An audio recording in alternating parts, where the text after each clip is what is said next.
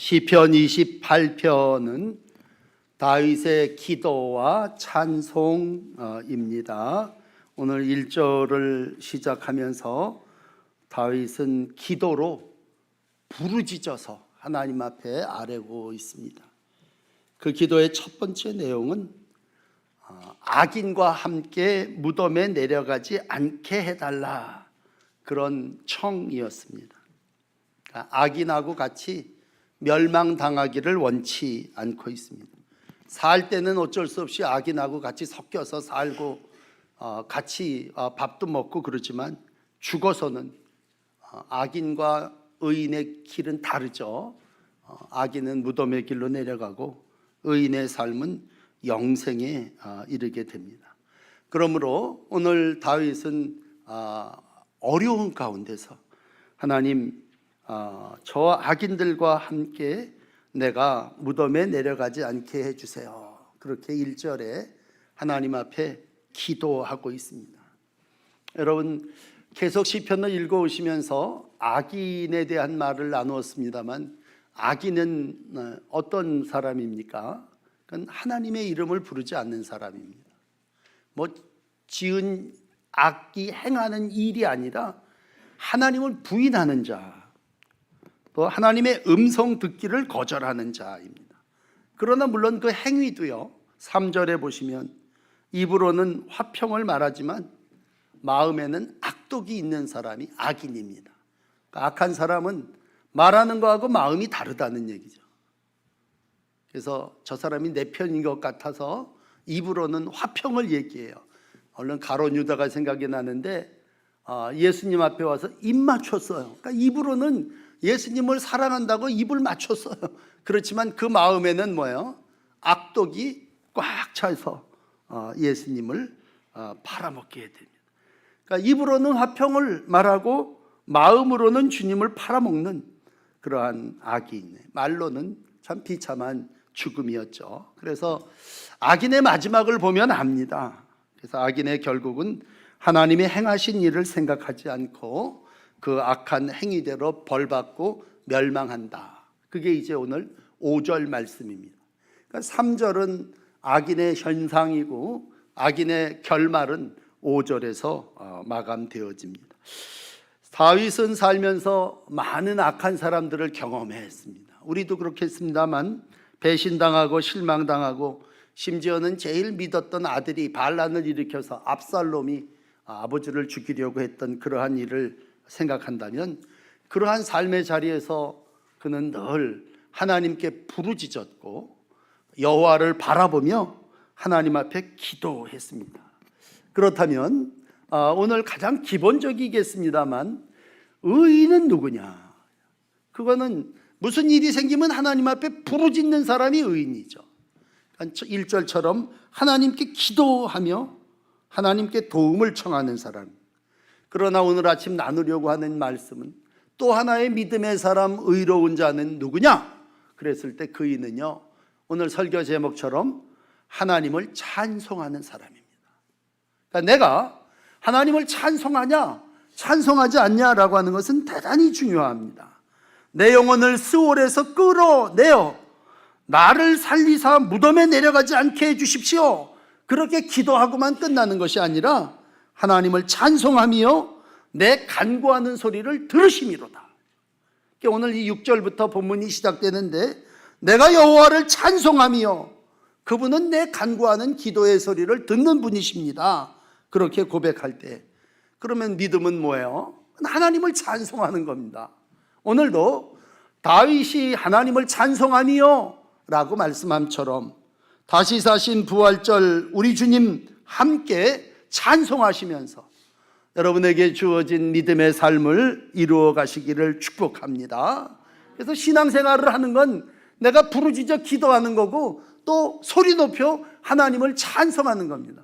그래서 그게 다 합쳐진 게 예배죠. 오늘 여러분 예배하실 때 부르짖으시고 그리고 기쁨으로 하나님을 찬양하시기를 바랍니다.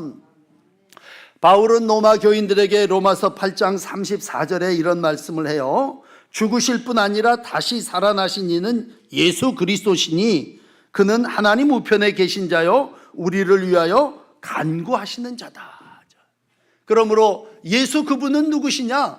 이 시간에도 우리를 위하여 간구하시는 분이시고 오늘도 우리와 함께 이 땅에서 하나님을 찬송하신 분이십니다.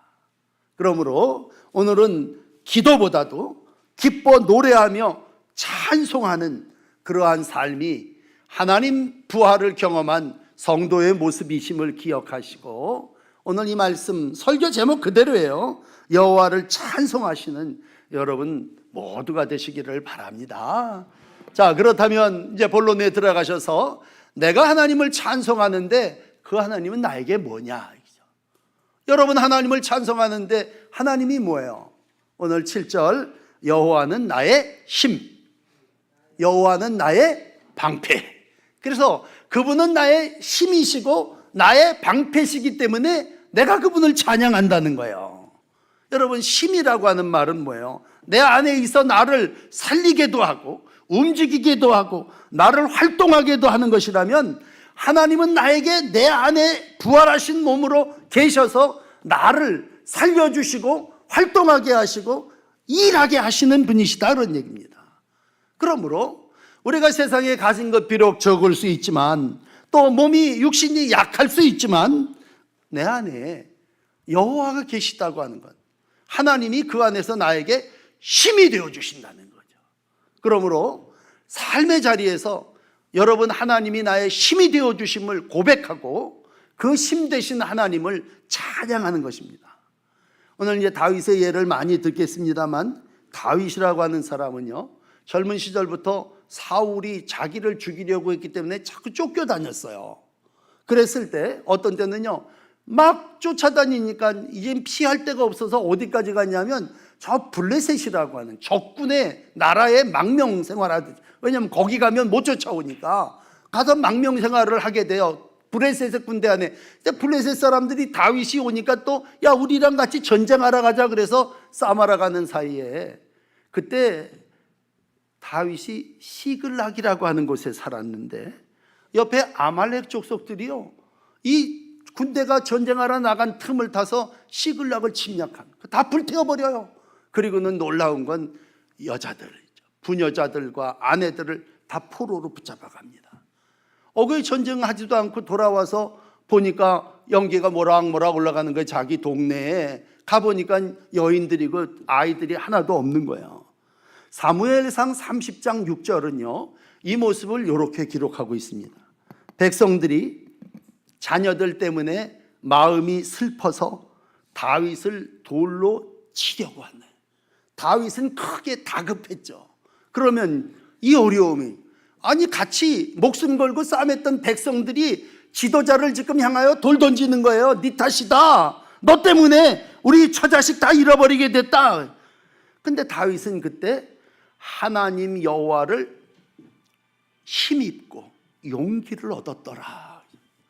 그러니까 정말 제일 어려운 상황이 자기의 아이들과 아내를 잃어버리는 상황이라면 그러한 상황 속에서 사람들은 나에게 돌팔매질하려고 할 때 다윗은 여호와를 힘입어 용기를 얻었더라 그런 얘기입니다. 위기의 순간에 하나님이 나의 힘이 되어주시고 거기서 하나님은 나에게 용기가 되어주셨습니다. 그러니까 다윗은 여호와는 나의 힘이다. 그동안에는 여호와가 우리 모두 다른 사람 이스라엘 이렇게 외쳐댔다면 적어도 삶의 자리에서 하나님 누구십니까? 나의 힘이라니. 여러분 어떤 순간 하나님이 여러분 한 분 한 분 개인의 힘이 되어주심을 찬양하고 고백하고 그게 믿음의 확신으로 여러분 가운데 와서 신앙이 되시기를 축복합니다. 그러니까 신앙은 뭐예요? 하나님이 나의 힘입니다. 그게 신앙이죠. 나는 하나님을 힘입어서 용기를 얻었고 다시 회복하게 됐습니다. 그런 얘기입니다. 두 번째 신앙은 하나님은 나의 방패시라는 얘기죠. 오른손으로 하나님이 나에게 힘 주셔서 싸워 이기게 하셨다면 왼손으로 하나님 방패가 되어서 나를 막아주시고 보호해 주셨다고 할 때 오늘 묘한 건요 힘과 방패라고 하는 단어보다도 그 앞에 있는 나의 방패, 이 말이 중요해요. 하나님 누구십니까? 내 방패 된다는 거예요. 다른 사람 아니라 하나님은 내가 어려울 때 나에게 방패가 되어주셔서 나를 보호해 주셨다고 합니다. 예를 또 든다면요, 다윗이 어린 시절에 수금을 타서 사울이라고 하는 왕의 악신을 쫓은 적이 있어요. 잘했잖아요. 그러면 상 받고 칭찬해야 될 텐데 악신 들리느니 그렇습니까? 창을 냅다 던지죠. 아니, 왜 자기를 영적으로 치료해 주는 사람을 향해서 활을 쏘고 창을 던집니까? 그 안에 분노가 폭발한, 분노의 창, 화살이 나를 쏴댈 때, 이게 뭐 사울이라고 하는 왕이 얼마나 노련하겠어요. 그런데 그 창이 빗나가 버립니다. 왜? 하나님이 막아주셨다는 얘기죠. 생명을 보호하신 것이 하나님이 나의 방패가 되어주셨다고 하는 거예요. 이건 다윗의 실존적인 간증이고 고백입니다. 하나님이 나의 방패 되어주셨기 때문에 은혜로 내가 보호함을 받았다는, 여기 있는 걸 왜 못 맞히겠어요. 그렇지만 하나님은 순간순간마다 방패가 되어주셔서 나를 지켜주시고 보호해 주셨다고 합니다.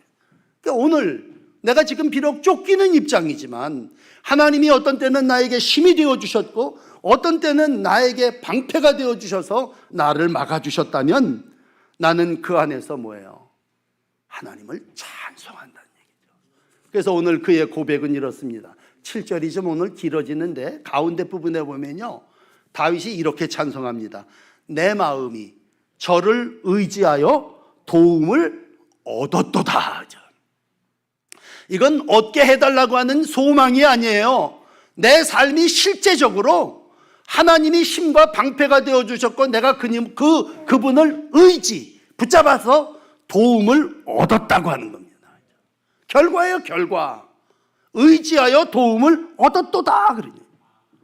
그냥 폭삭 속았소다 하는 수고하셨습니다 정도가 아니라 의지하여 그분을 도움으로 내가 삼았다니. 여러분 살면서 왜 신앙합니까? 도움받으려고 신앙하는 거죠. 그러면 어떻게 하면 됩니까? 힘 되시고 방패 되시는 분을 의지해야죠. 책으로 공부하고 성경으로 공부했더니 하나님은 힘이시더라, 하나님은 방패시더라. 그렇다면 뭐예요? 그분을 붙잡아야죠. 의지해야죠. 의지하지 않으면 아무 소용이 없죠. 여러분 아무리 좋은 금방패가 있으면 뭐예요? 그걸로 나를 막아야죠. 그러므로 하나님이 비록 우리 가운데 보이지는 않지만 그분은 때로는 나에게 힘이 돼서 용기를 주셨고 어떤 때는 방패가 돼서 나를 창으로부터 보호해 주셨더라. 그게 뭐예요? 나의 의지가 되어 주셨다는 얘기입니다. 의지가 된다는 말이 뭐예요? 그건 나를 붙잡아 주셨고 그분하고 나를 묶는다고 할 때 의지가 됩니다. 그러면 당신하고 내가 의지가 된다는 얘기는 서로 둘이 꽁꽁 하나가 돼서 묶어버린다고 하는 얘기죠. 야곱이라고 하는 사람이요, 잘 아시지만 야복 강가에서 하나님의 사자하고 씨름을 하지 않습니까? 얼마나 하나님을 세게 붙잡았는지 하나님의 사자가 그걸 치는데 환도뼈가 부러집니다. 그 쩔뚝거리고 아침을 맞이할 때에 야곱은 이런 고백을 해요. 당신이 내게 축복하지 아니하면 내가 놓지 않겠습니다. 놓지 않겠다는 얘기는 붙잡은 거를 당신이 복을 주시고 해결해 주셔야지만 된다고 하는 의지의 표현이죠.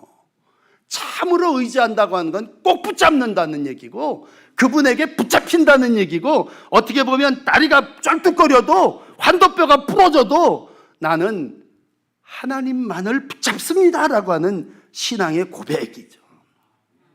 그게 오늘 8절은 이렇게 읽어져요. 여호와는 힘이요 기름 부음 받은 왕을 보호하는 요새입니다.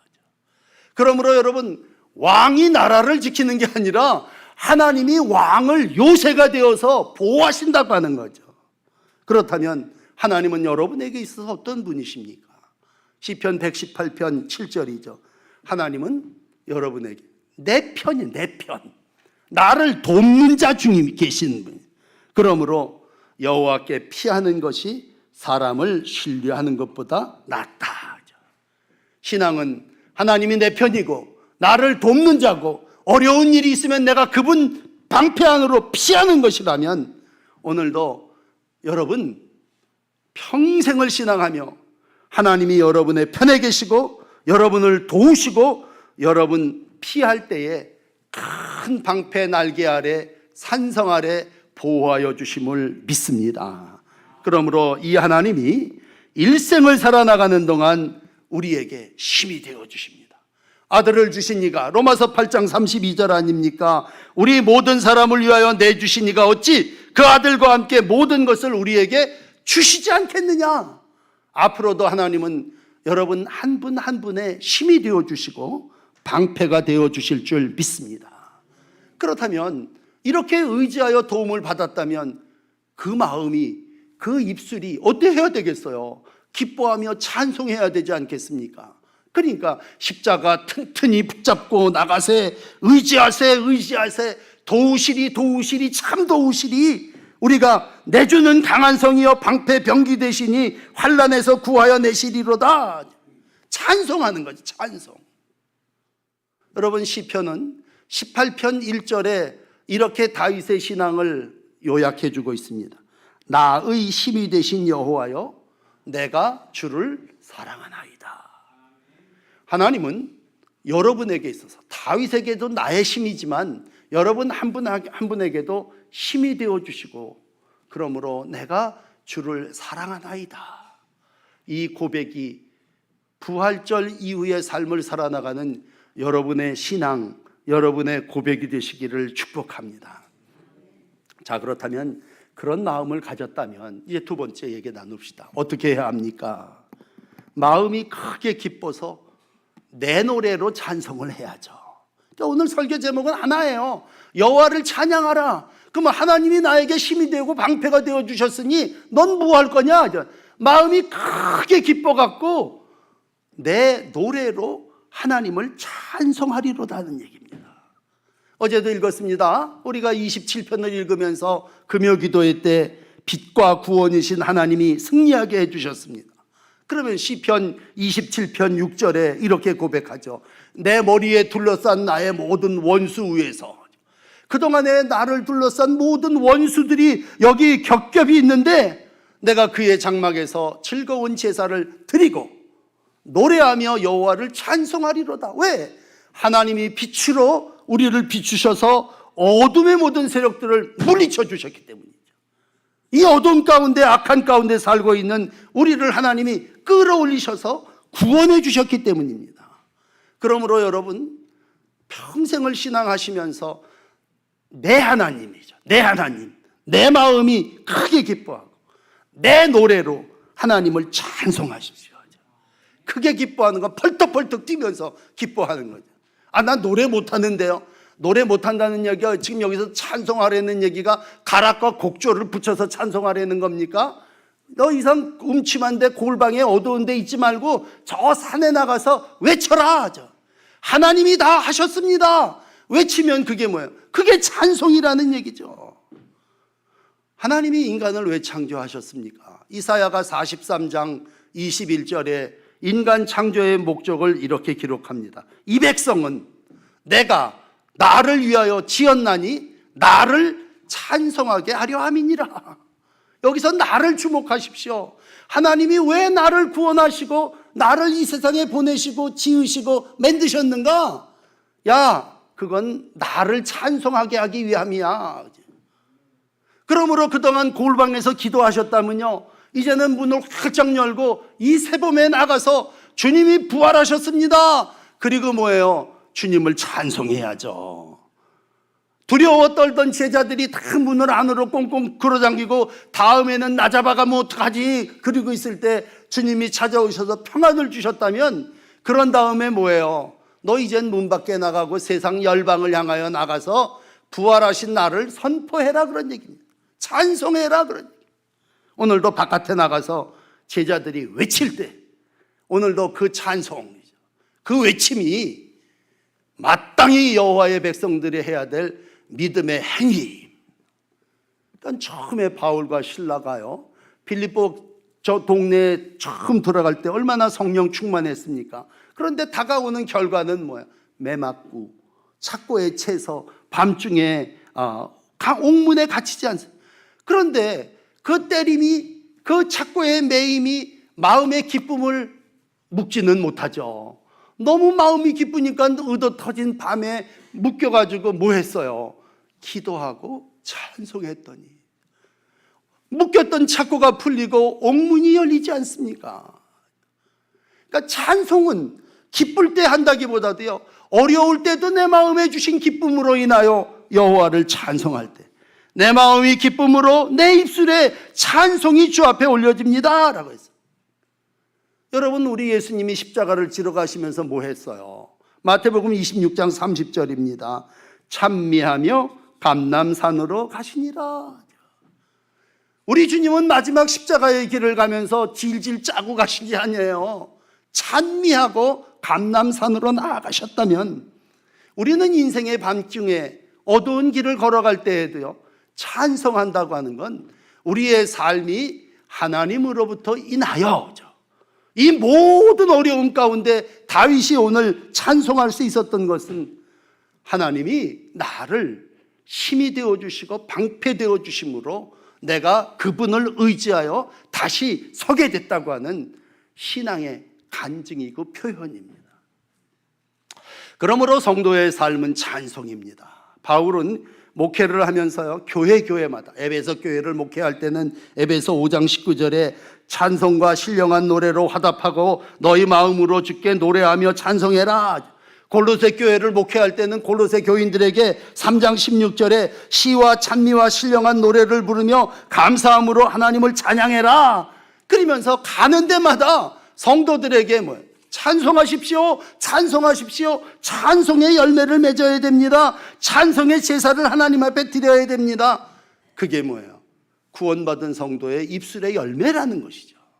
그러므로 여러분, 부활절 이후에 우리 여러분 집에만 계시지 마세요. 나가서 산에 가서 외치시고 길거리 가서 외치시고 주님 찬송합니다.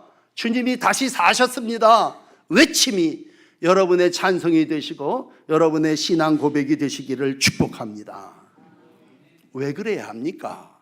오늘 세 번째 결론은요, 그렇게 하는 이에게 우리 하나님께서 축복해 주시기 때문입니다. 내 개인적으로 마음으로 주님을 의지하여 도움을 받았습니다. 절망 가운데서 나왔죠. 내 기도가 응답돼서 나 너무 기뻐갖고 주님을 찬송합니다. 그러면 어떻게 해야 돼요? 오늘 이제 9절 마지막 보십시다. 주의 백성을 구원하시며 주의 산업에 복을 주시며 또 그들의 목자가 되시어 영원토록 그를 인도하소서. 여러분, 성도가 하나님을 찬송하면 하나님은 첫째 나의 구원이 되시고요, 두 번째 산업의 복이 되어주시고 세 번째 목자가 되셔서 우리를 악인과 같이 멸망의 길로 가지 않고 영원토록 인도해 주시는 줄 믿습니다. 왜? 찬송하는 사람은 주의 백성이고 주의 산업이기 때문입니다. 내가 찬송을 하면 난 주의 겁니다. 주님의 소유입니다. 그러면 하나님이 주의 소유를 그냥 내버려 두고 주의 기업을 모른 척 하시겠습니까? 주님은 주님의 백성을 구원해 주십니다. 앞으로도 우리는 어떤 어려운 일들을 만나는지 몰라요. 나라도 얼마나 시시각각 바뀝니까? 그렇지만 분명한 것은 이 어려움에서, 이 갈라짐에서 주님은 우리를 구원해 주신다니. 구원의 복이 복의 복입니다. 어떠한 어려움이 있다 할지라도 하나님은 나를 건져 위로 올려주시는 분이십니다. 그러므로 하늘의 복이라고 하는 건 구원의 복이에요. 땅에서 나를 건져 하늘로 올라가게 하신다고 할 때 믿음으로 구원을 얻는 백성들, 우리가 죄인 되었을 때 그리스도께서 우리를 위하여 죽으심으로 하나님께서 우리에 대한 자기 사랑을 확증하셨다면 그건 날 구원해 주신 겁니다. 여러분, 우리가 하나님을 찬송하면 하나님 앞으로도 여러분 100% 구원해 주십니다. 온전히 건져 주십니다. 그러면서 땅에서 어떻게 하게 해요? 산업의 복을 받게 하십니다. 기업의 복을 받게. 우리가 기업의 복이라 그러면 무슨 직장 잘 다니고 돈 버는 거 생각하는데, 여러분, 기업의 복, 산업의 복 중에 복은요, 자식의 복입니다. 오늘도 기도하십니다만 자녀가 존귀하게 되는 건요, 우리가 이 땅에서 하나님을 찬송하면 됩니다. 나의 힘, 나의 방패 되신 주님을 내가 의지하여 주님을 찬송합니다. 그러면 하나님이 하나님을 찬송한 백성 그냥 모른다고 외면치 않으신다는 얘기입니다. 성경의 복의 기본은 뭐예요? 생육과 번성 아닙니까? 인간을 만드시고 찬송하라고 부어주신 인간이 찬송을 하면 하나님은 생육과 번성의 복을 주신다면 이 땅을 살아나가는 동안 이른 비와 늦은 비로 산업을 번성하게 하시고 여러분의 자손들이 찬송하는 자손이 이 땅에서 하나님의 산업의 복을 누리며 땅의 기름짐을 이루어갈 줄 믿습니다. 그러면 그들이 모여져서 기업이 되고 그들이 모여져서 민족이 된다면 그 민족이 어떻게 되겠어요? 하나님을 믿는 민족이 번성하면 당연한 거 아니겠습니까? 우리나라가 잘 산다면 그건 하나님 잘 믿고 하나님께 영광과 찬송을 돌리기 때문이에요. 이사야가 19장 25절에 이런 고백을 합니다. 만군의 여호와께서 복을 주시며 이르시되 내 백성 애굽이요 내 손으로 지은 앗수르요 나의 기업 이스라엘이요 복이 있을지어다. 모든 열방이 하나님을 찬양할 때에 우리 하나님께서 복 주신다고 하는 거예요. 여러분, 기업의 복, 자녀들에게 베푸시는 생육과 번성의 복이 함께 하심을 믿습니다. 마지막 찬송할 때 어떤 일이 일어납니까? 여호와를 찬송할 때 우리 하나님은 그의 목자가 되어 주셔서 그를 영원토록 인도해 주신다는 얘기입니다. 세상의 복 중의 복은 영생의 복이에요. 악인은 멸망의 길로 내려가고 땅에 들어가 묻히면 끝이지만 우리는 뭐예요? 하나님을 찬송하니 우리 하나님께서 목자가 되어 주셔서 우리를 영원토록 이끌어 주신다는 얘기죠. 다윗은 그걸 붙잡았어요. 그래서 어떠한 어려움 가운데 환난 가운데 있을 때에도 우리 하나님을 찬송했습니다. 그래서 다윗은 시편은 유난히 찬송이 많아요. 왜? 여호와를 찬송하니 내 삶에 여호와가 목자 되어 주시기 때문입니다. 주의 이름을 부르면요, 주님은 우리의 목자가 되셔서 달려오십니다. 그럼 오셔서 어떻게 하시겠어요? 이끌어 주시겠죠. 좋은 것으로 부족함이 없도록 채워주시겠죠.